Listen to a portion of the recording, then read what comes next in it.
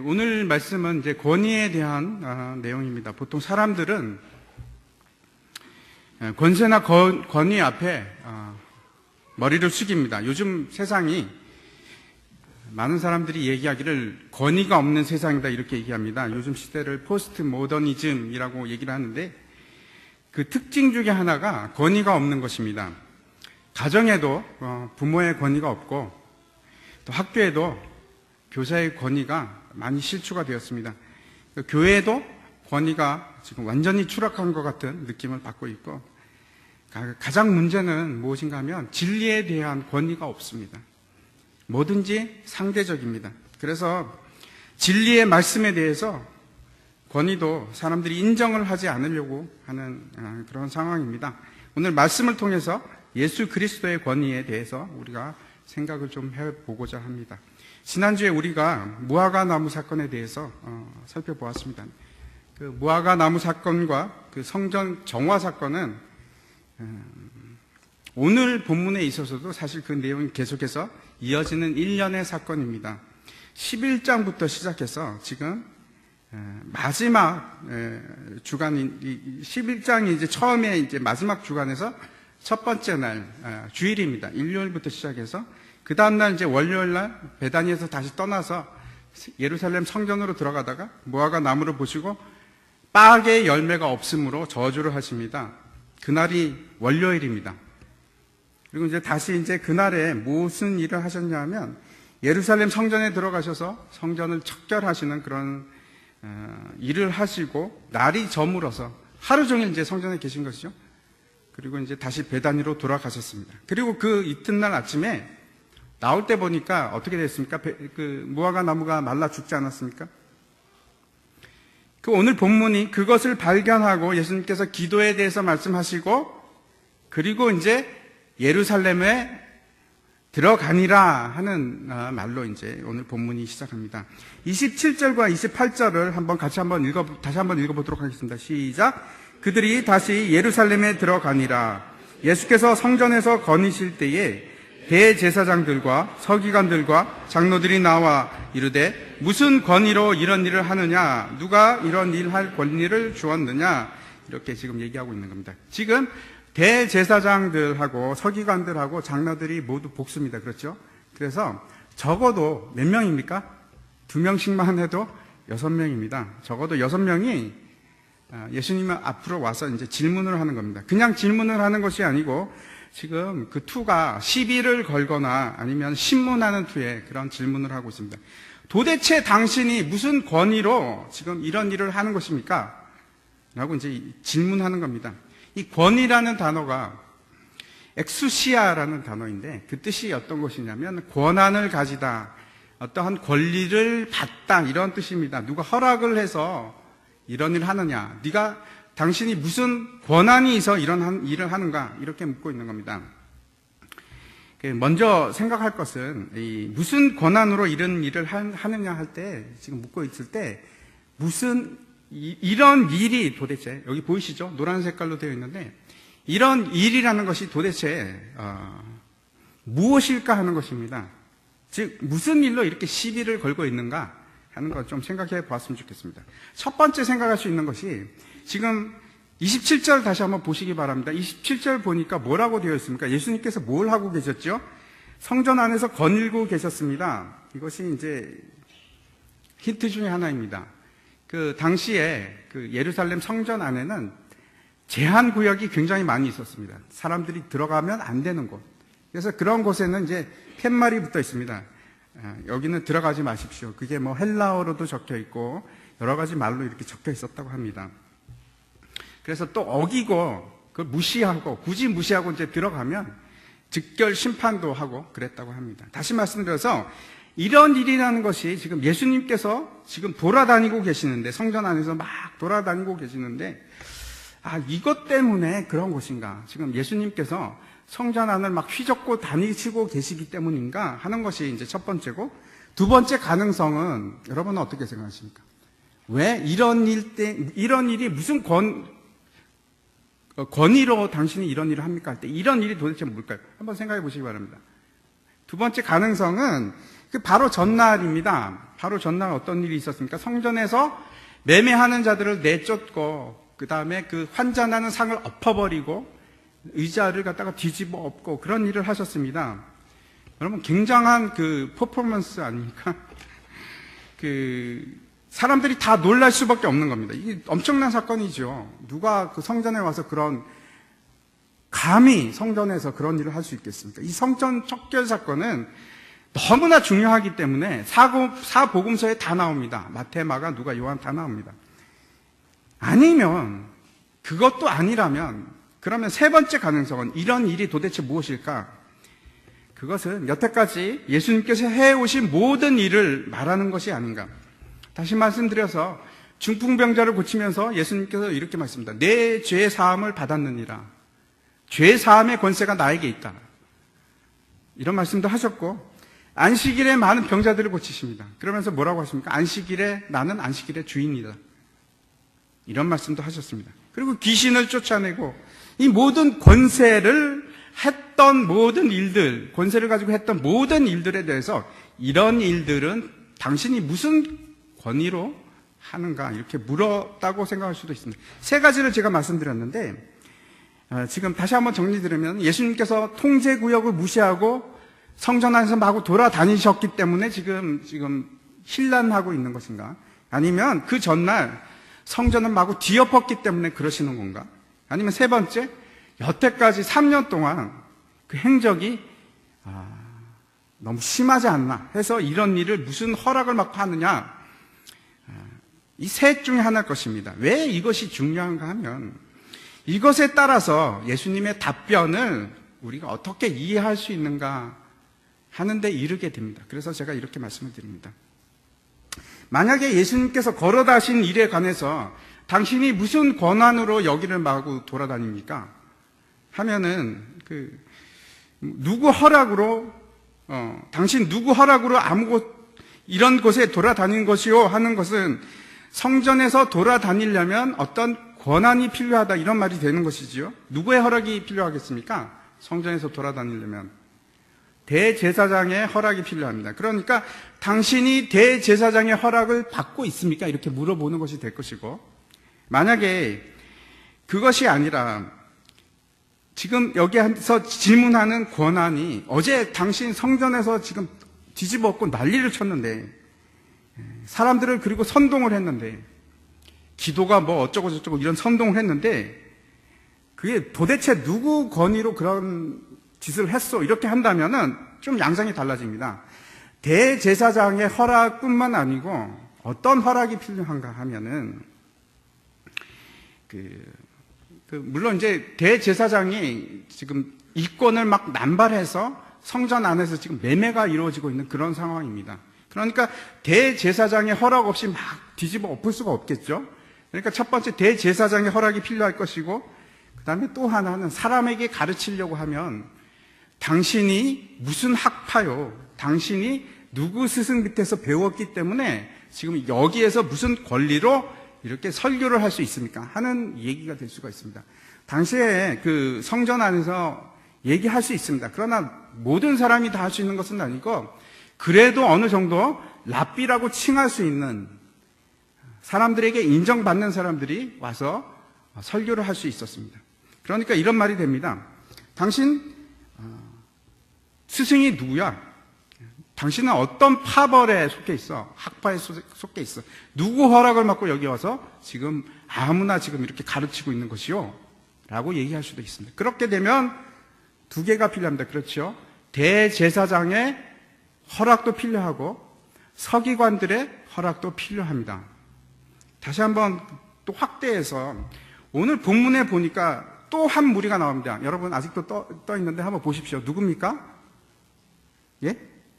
장로들이죠. 대제사장들이 있었고 서기관들이 있었고 장로들이 또 있습니다.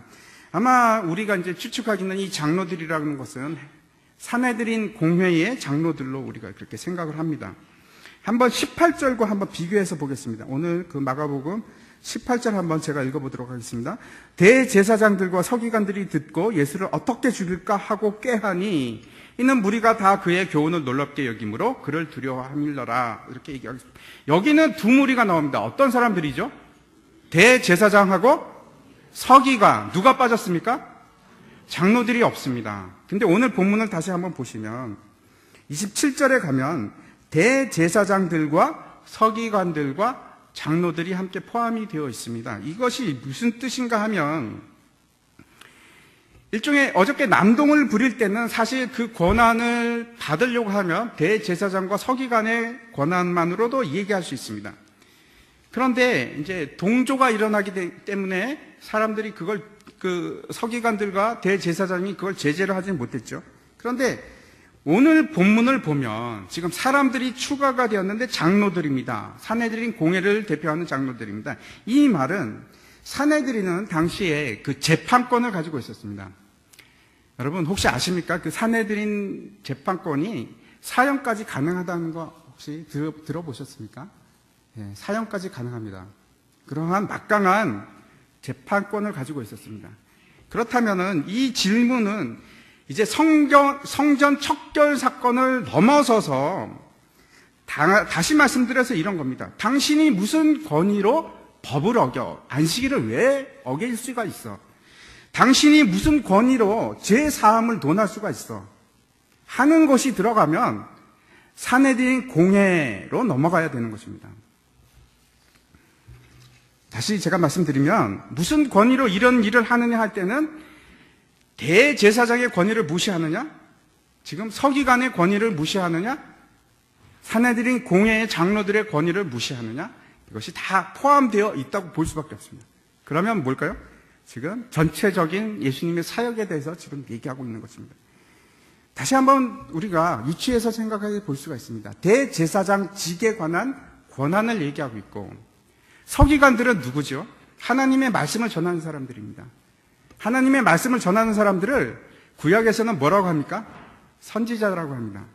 그래서 선지직에 관한 권한을 얘기하는 것이고 그 다음에 이 사내들인 공회에서 하는 것은 재판하는 일입니다. 다스리는 일입니다. 그것을 우리가 또 다른 말로 뭐라고 하죠? 왕직입니다. 그래서 지금 세 가지 권한에 대해서 묻는 것입니다. 당신이 제사장직을 가지고 있느냐?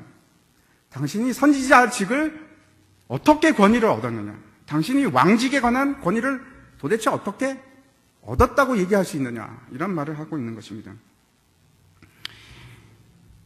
당시 대제사장들하고 서기관들과 장로들의 입장에서 여러분 다시 한번 생각해 보시기 바랍니다. 이 예수라는 사람이 죄사함에 대해서 얘기를 합니다. 여러분, 죄사함은 당시에 어디서 얻을 수 있을까요? 성전입니다. 성전에서 희생 제물을 가지고 가서 희생 제물을 드리고 제사를 지내면 대제사장이 얘기하는 것이 당신의 죄는 사함을 받았다. 이렇게 선포할 수 있는 권한이 성전에 있습니다. 대제사장에게 있습니다. 그런데 예수가 여러분 그때 성전은 절대적인 권위를 가지고 있습니다. 그 어떤 누구도 저 성전은 가짜야. 저거는 말이 안 돼. 이렇게 얘기할 수가 없는 상황입니다. 완전한 절대적인 권위를 갖고 있는 곳이 성전인데 예수라는 사람이 저 성전의 권위에 지금 도전을 하는 겁니다. 자신이 뭐라고 합니까? 네가 죄 사함을 받았다라고 선포를 하시는 겁니다. 이거는 성전에 대한 모독이고 도전입니다.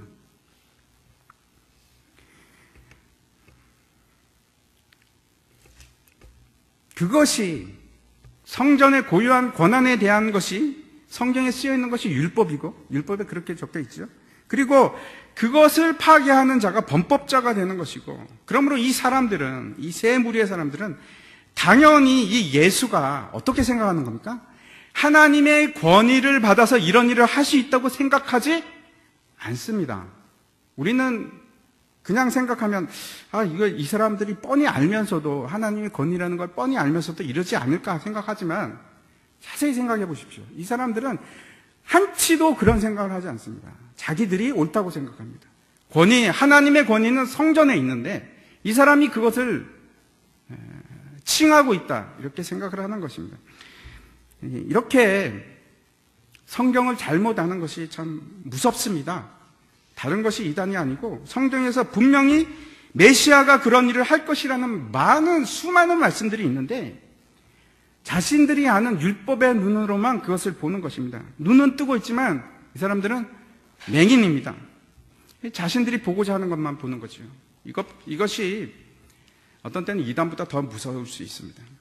그래서 이 사람들이 지금 생각하는 것은 하나님이 주시는 권위는 전혀 지금 고려의 대상이 아닙니다. 이해하시기 바랍니다. 이 사람들이 지금 심중에 두고 있는 것은 하나님의 권세에 대한 고려가 아니고 사람의 권세입니다. 사람의 권세. 다시 말씀드려서 이 땅의 권세입니다. 이 땅의 권위입니다. 우리 자신을 한번 생각해 보았으면 좋겠습니다. 과연 우리가 살아가면서 하나님의 권세, 하나님의 권위에 대해서 얼마나 어떻게 우리가 생각하고 있는지. 우리에게 권위의 소스가 너무나 많습니다. 권위의 원천이 너무 많이 있습니다. 내 지위도 권위의 원천이 될 수가 있고, 내가 가지고 있는 환경도 내 권위가 될 수가 있고, 돈 같은 것도 그렇죠. 내 권위가 될 수가 있습니다. 심지어는 나이도 그렇죠. 나이가 많아지면 그게 권위가 됩니다. 젊은 사람들은 그냥 꼼짝할 수가 없죠. 여러 가지 능력을 뽑아내는 권위를 뽑아내는 소스가 그 원천이 너무 많이 있습니다. 우리가 살아갈 때 어디에 의지해서 우리가 능력을 얻을 수가 있습니까? 다시 말씀드려서 어디를 원천으로 해서 우리의 권위를 만들어낼 수가 있습니까? 다시 말씀드리면 여러분은 힘을 어디로부터 취하고 계십니까? 살아가실 동안. 우리에게 너무나 많은 권세가 있고 너무나 많은 권위들이 있습니다. 원천들이 너무 많습니다. 돈이 우리의 힘이 되고, 우리 지위가 우리의 힘이 되고, 원천이 되어서 학벌이 권위가 되고. 우리 교회는 어떤 권위가 있습니까? 혹시 소망교회 오래 다녔으니까 혹시 그것이 권위가 되지는 않습니까? 그런 거는 여러분 권위가 될 수가 없습니다. 여러분 혹시 직분이 여러분의 혹시 권위가 되지는 않습니까? 그런 거는 권위라고 하질 않습니다. 진짜 권위가 아닙니다. 돈이나 학벌이나 지식이나 지위나 그런 거는 가짜 권위입니다. 가짜입니다. 권위는 단지 하나님으로부터 오는 것을 우리가 권위라고 합니다. 하늘로부터 오는 것만 우리가 권위라고 합니다. 다니엘서 7장 13절과 14절의 말씀인데 제가 읽도록 하겠습니다. 내가 또 밤 환상 중에 보니 인자 같은 이가 하늘 구름을 타고 와서 옛적부터 항상 계신 이에게 나아가 그 앞에 앞으로 인도됨에 그에게 권세와 영광과 나라를 주고 모든 백성과 나라들과 다른 언어를 말하는 모든 자들이 그를 섬기게 하였으니 그의 권세는 소멸되지 아니하는 영원한 권세요 그의 나라는 멸망하지 아니할 것이니라. 누구죠? 이 인자가 예수님입니다. 그 예수님이 어디로부터 권위를 받으셨습니까? 권세를 받으셨습니까? 예? 하늘로부터 받으셨어요. 하늘로부터. 예수님의 권세 역시 지금 하나님으로부터 나왔습니다.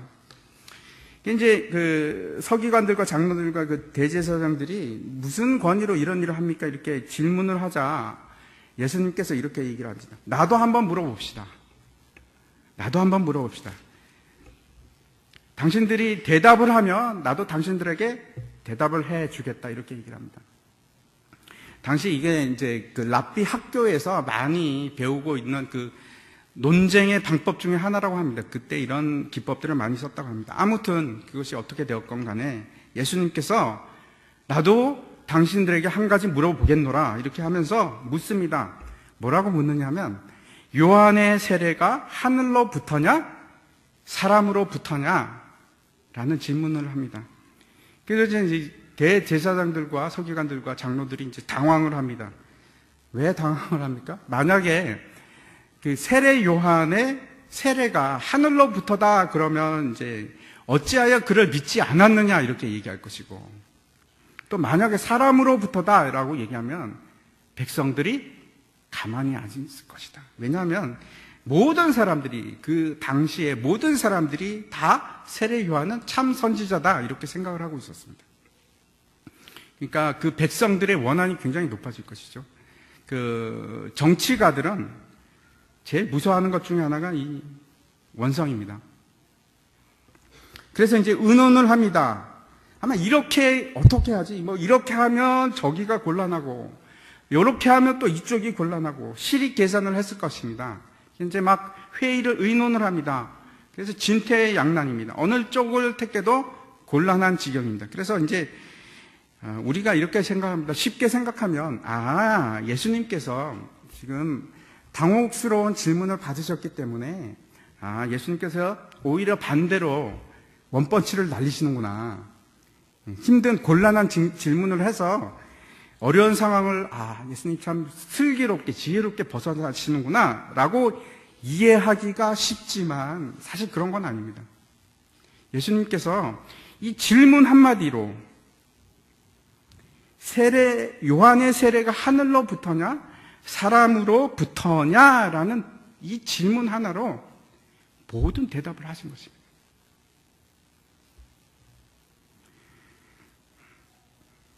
왜 예수님께서 딴 것이 아니라 요한의 세례에 대해서 얘기를 하고 계신가 한번 보았으면 좋겠습니다. 요한의 세례가 어떤 것인지 한번 보겠습니다. 마가복음 1장 4절입니다. 마가복음 1장 4절 넘겨주시기 바랍니다. 같이 한번 읽겠습니다. 시작. 세례 요한이 광야에 이르러 죄 사함을 받게 하는 회개의 세례를 전파하니.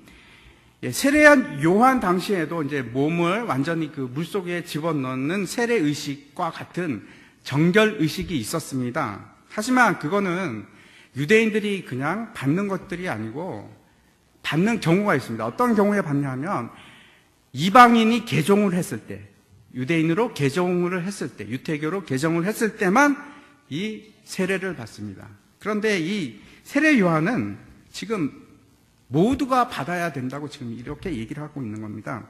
세례를 받는데 무슨 세례입니까? 죄 사함을 위한 회개의 세례라고 지금 기록을 하고 있습니다. 이것이 굉장히 중요합니다.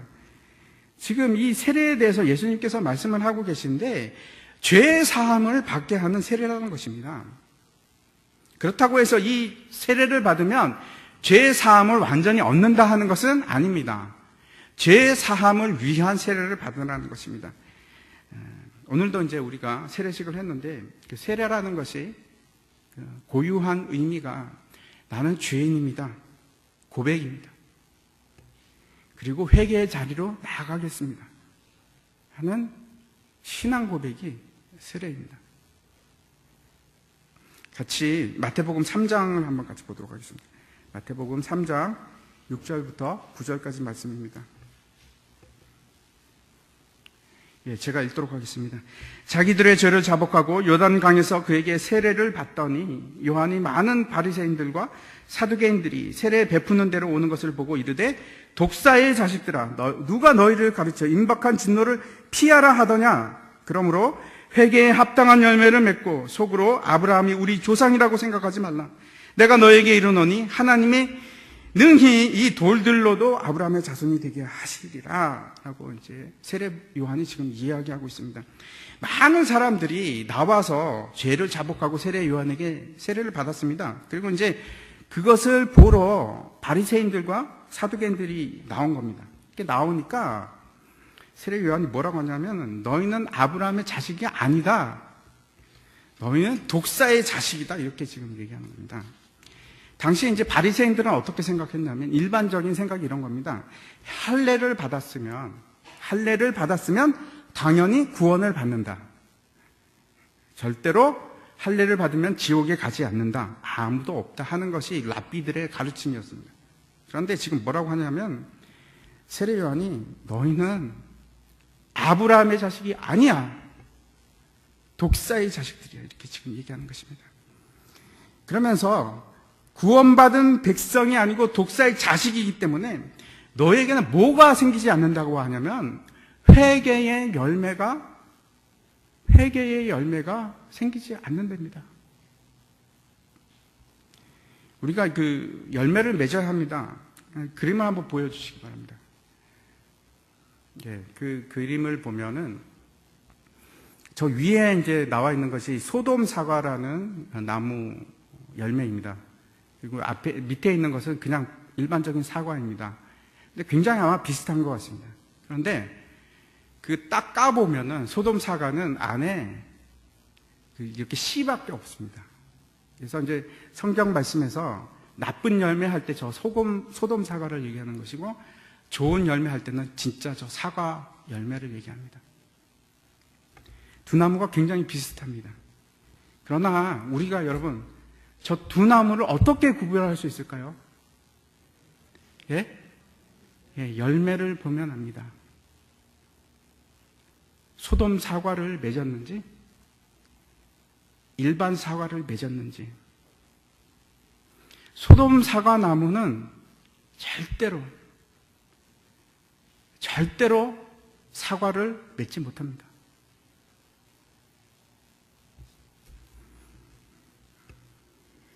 열매를 보면은 우리가 어떤 나무인지 단번에 알 수가 있습니다. 내가 아브라함의 자식이다. 아무리 말로 하는 것은 아무런 의미가 없습니다. 열매가 보이면 우리가 압니다. 아, 저거 가짜야. 나쁜 나무야. 아, 저거 사과나무 맞아. 정말 아브라함의 자식이 맞다면 뭐가 생기냐면 회개에 합당한 열매가 생기는 겁니다. 회개에 합당한 열매가 맺히지 않는다면 지금 뭐라고 얘기했냐면 독사의 자식들. 얼마나 무서운 얘기를 하는지 모릅니다. 우리가 잘 알고 있듯이 이렇게 죄사함의 회개의 세례를 받으라고 선포했던 그 세례 요한이 분명하게 세례를 주면서 뭐라고 얘기하냐면 저분이 그리스도다.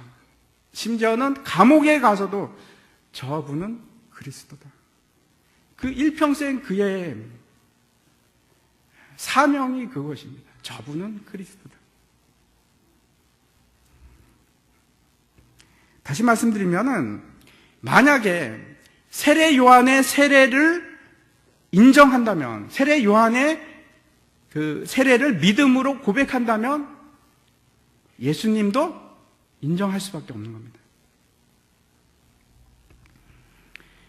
다시 말씀드려서 그 세례가 하늘로부터 온 것이라고 인정하게 되면 그 세례 요한이 가리키고 있던, 계속해서 이렇게 가리키고 있는 겁니다. 세례 요한은 저분이다. 그 예수님도 그 권세가 어디에 속한 것이죠? 하늘에 속한 것이 되는 것입니다. 그 평생을 통해서 증거했던 그 예수가 바로 이 지금 말하고 있는 것이, 예수님께서 그 지표를 너희가 보지 않았느냐? 그 세례는 그럼 도대체 어디로부터 온 것이냐? 이렇게 지금 묻고 있는 것입니다. 세례를 인정한다면 나도 너희가 인정을 할 수밖에 없다.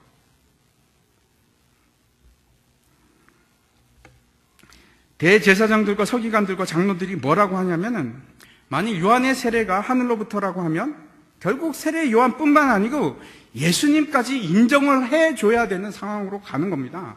그럴 수는 없죠.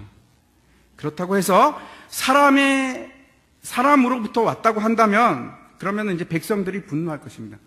그래서 묘안을 냈습니다. 뭐라고 답을 했냐면 기막힌 답을 냈습니다. 뭐라고 합니까? 우리가 알지 못하노라. 우리는 모른다. 이렇게 얘기했습니다.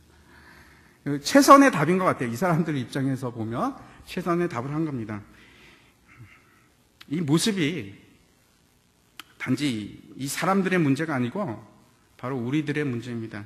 정말 우리가 무엇을 두려워하는지 한번 생각해 보시기 바랍니다. 정말 우리가 보이지 않는 하나님을 두려워하고 있는 건지, 아니면 사람들을 두려워하고 있는 건지. 내가 지금 나는 누구의 눈치를 보고 살아가고 있습니까? 때때로 저도 그렇습니다. 하나님의 눈치를 보는 것이 아니고 사람들의 눈치를 봅니다. 내가 정말 두려워하는 것이 여러분 누구십니까? 사람들이 두렵습니까? 돈이 두렵습니까? 아니면 살아계신 하나님이 두려우십니까? 제가 그렇게 눈치를 보고 있는 제 자신을 봅니다. 진리보다는 좋은 게 좋은 것이다. 하나님을 기쁘시게 하기보다는 사람들 좀 기쁘게 하자. 그 사람들을 기쁘게 하자는 마음속에 뭐가 있냐면 여러분 그 중심에는 내가 있습니다. 사람들이 기뻐야지 내가 기쁜 겁니다. 그래서 내가 혹시 손해볼까 봐 사람들의 눈치를 보는 것이고 사람들을 기쁘게 해야 되는 것이고 하나님을 기쁘게 하시기 위해서 그러는 것이 아니고 혹시 내가 기쁘지 않을까 봐 혹시 내가 다칠까 봐 하나님은 안중에 없는 겁니다.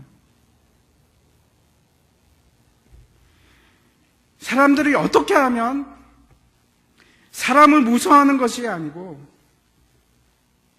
내가 기쁘지 못할까 봐 두려워하는 것이 아니고 어떻게 하면 하나님, 살아계신 하나님을 두려워하고 내가 어떻게 하면 그 살아계신 하나님을 기쁘시게 할까? 아마 사람들이 그렇게 살아간다면 아마 이 모든 것이 아마 근본적으로 달라질 것이라고 생각합니다. 제가 이제 지난 주간 동안에 세미나를 갔다 왔는데 이제 기간 동안에 이제 많은 6명의 사람들이 같이 한 방에서 잠을 잤습니다. 같이 잠을 자는데 그 중에 제일 어린 젊은 목사님이 계셨습니다. 그분하고 이제 얘기를 많이 나누는데 그분은 한때 이제 잘 나가던 벤처 기업을 운영을 했던 사람입니다. 그래서 회사가 이제 상장이 되고 한 해 한 500억씩 벌던 그런 사람이었다고 합니다. 그래서 이제 생일 때 요트 타고 바다에 나가서 자기가 폭죽만 5천만 원어치를 쏴봤다고 그렇게 얘기를 하더라고요. 근데 참 안타까운 것은 근데 이제 그리고 나서 그 목사님이 이제 복음을 감격해서 그리고 이제 목사가 되었습니다. 그 전에는 이제 빌 게이츠하고 식사도 하고 그랬던 분인데 아주 똑똑한 목사님이었습니다. 아주 똑똑하고 훌륭하신 분인데 참 안타까운 것이 불치병이 있었습니다. 그래서 이 목사님은 계속해서 하루 종일 어지러운 겁니다. 하루 종일 어지러운 겁니다. 그래서 이 목사님은 운전을 할 수가 없습니다. 운전 면허증은 있는데 운전을 할 수가 없습니다. 아직 이제 그 부사역자도 이 교회 저 교회 가는데 받아주는 데가 없는 겁니다. 부사역자가 되려면 여러분 제일 중요한 조건 중에 하나가 일종 면허가 있어야 됩니다. 저도 일종 면허가 있습니다. 근데 이분은 운전을 할 수가 없습니다. 그래서 전임 사역을 할 수가 없습니다.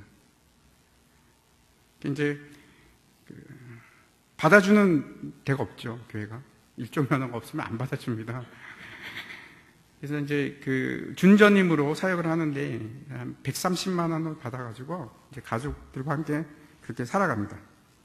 그런데 그 목사님 하시는 말씀이 너무나 충격이 돼서 그렇게 돈 많이 벌 때보다 지금 계속 적자가 나는 지금이 행복하다고.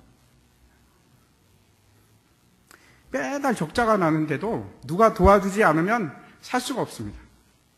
그런데도 불구하고 이 목사님 하시는 말이 목사님 제가 돈 많이 벌 때보다 지금이 훨씬 행복합니다. 저는 안 바꿉니다. 제가 너무 기쁩니다, 목사님. 이렇게 사는 것이.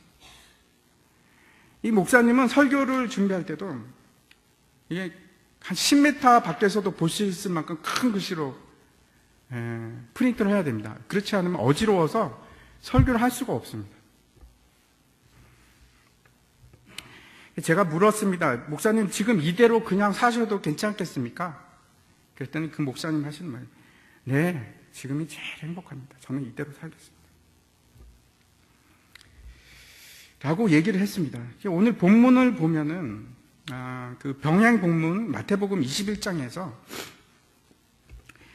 대제사장들 무리가 이제 우리가 알지 못하노라 얘기를 하고 나서 예수님께서 나도 무슨 권위로 이런 일을 하는지 너에게 이르지 아니하리라 하면서, 그러면서 너희 생각은 어떠냐 하면서 하시는 얘기가 있습니다. 한번 보시기 바랍니다. 마태복음 이제 21장으로 가면은 그 포도원 비유가 나옵니다. 포도원 두 아들 비유가 나옵니다. 그 얘기를 하시면서 이렇게 얘기합니다.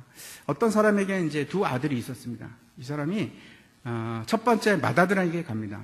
아들아, 네가 가서 포도원에 가서 일을 해라. 그랬더니 맏아들이 어떻게 하냐면 네 아버지. 그리고 안 갔습니다. 둘째한테 가서 아들아, 네가 포도원에 가서 일을 해라. 그랬더니 그 아들이 뭐라고 합니까? 싫어요. 가기 싫어요. 안 갈 거예요. 이렇게 얘기를 했지만 뉘우치고 다시 포도원에 가서 일을 합니다. 그래서 이제 예수님께서 하신 말씀이 있는데 같이 한번 보도록 하겠습니다. 마태복음 21장 31절과 2절을 같이 한번 읽어보도록 하겠습니다. 시작. 그 둘 중에 누가 아버지의 뜻대로 하였느냐? 이르되 둘째 아들이니이다. 예수께서 그들에게 이르시되 내가 진실로 너희에게 이르노니 세리들과 창녀들이 너희보다 먼저 하나님의 나라 들어가리라. 요한이 의의 도로 너희에게 왔거늘 너희는 그를 믿지 아니하였을 때 세리와 창녀는 믿었으며 너희는 이것을 보고도 끝내 뉘우쳐 믿지 아니하였도다. 세례 요한의 얘기를 여기서 마무리를 하십니다. 여러분, 두 아들이 있었습니다. 지금 제가 말씀드렸죠. 첫째 아들은 예 하고 안 간 아들이고 둘째 아들은 아니요 하고 그리고 간 아들입니다. 누가 완전한 순종을 했습니까? 예? 둘째 아들. 첫째 아들? 첫째 아들은 말씀 안 하시겠죠. 둘 다 아닙니다. 둘 다 아니죠. 완전한 순종은 네, 가겠습니다. 그리고 가는 사람입니다. 하지만 그런 아들은 없었습니다. 아무도 없었습니다. 이 땅에 있는 모든 사람들은 죄인입니다. 예 하고 안 간 사람도 있지만 많은 사람들이 아니요 하고 안 간 사람도 있고 어떤 사람들은 아니요 하고 간 사람도 있습니다. 그렇지만 네 하고 간 사람은 아무도 없습니다. 그래서 우리가 모두가 죄인입니다. 여러분은 첫째입니까? 둘째십니까? 우리는, 그렇죠? 둘째 가깝죠? 그렇지 않습니까? 아니요 했지만 이제 가기로 작정한 사람들입니다. 하나님을 믿는다는 것은 여러분, 하나님을 믿는다는 것은 하나님의 권위를 인정하는 것입니다. 그래서 둘째를 보십시오. 돌이켜서 아버지에게 뜻에 순종합니다. 하나님의 믿는다는 것은 아버지의 뜻에 권위에 순종하는 것이고 그 일을 행하는 것입니다. 우리가 하나님의 권세를 인정합니다. 하나님의 이름을 높입니다. 하나님을 믿습니다. 라고 얘기를 하지만 하나님은 천지의 주제이십니다. 라고 얘기를 하지만은 그리고 우리가 하나님의 이름을 높인다고 얘기를 하지만은 순종이 없습니다. 안 가는 겁니다. 말뿐입니다. 여러분, 왜 안 간다고 생각하십니까? 그 마음속에 하나님의 권위를 진정으로 인정하지 않기 때문에 그렇습니다. 제가 이제 말씀을 마치려고 합니다. 여러분, 오늘 말씀을 통해서 세 가지를 여러분께서 기억하셨으면 좋겠습니다. 우리에게 너무나 많은 권위들이 있습니다. 단순화시키십시오. 여러분, 그렇게 많은 권위가 우리에게 필요하지 않습니다. 우리에게 필요한 권위는 하나님의 권위입니다. 하나님의 권위. 모든 권위는 하늘로부터 옵니다. 진짜 권위는 하나님께 있습니다. 명심하시기 바랍니다. 우리가 너무나 자주 잊어버리기 때문에 그렇습니다. 마치 돈의 지위에 그런데 권위가 있는 것처럼 느껴지지요. 저도 그렇습니다. 하지만 하나님의 말씀이 그렇지 않다고 얘기합니다. 오로지 권위는 하나님께로부터 오고 진짜 권위는 하나님께 있습니다. 그 언젠가 모든 권위가 하나님의 권위 앞에 다 무릎을 꿇을 것입니다. 여러분, 두 번째 제가 말씀드리고 싶은 것은 어떤 권위를 두려워하십니까? 내가 두려워하는 것이 무엇인지 한번 잘 생각해 보시기 바랍니다. 내가 사람을 두려워하는가? 내가 돈의 권위를 두려워하는가? 아니면 살아계신 하나님의 권위를 내가 두려워하고 있는 건가?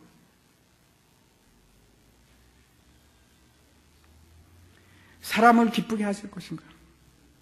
하나님을 기쁘시게 하실 것인가? 첫째 아들이 될 것인가? 둘째 아들이 될 것인가? 정말 하나님의 권위를 인정한다면 둘째 아들이 되십시오. 순종하시기 바랍니다. 입으로 하는 순종이 아니고 그 순종의 삶을 우리가 삶으로 살아나가야 됩니다. 같이 기도하도록 하겠습니다.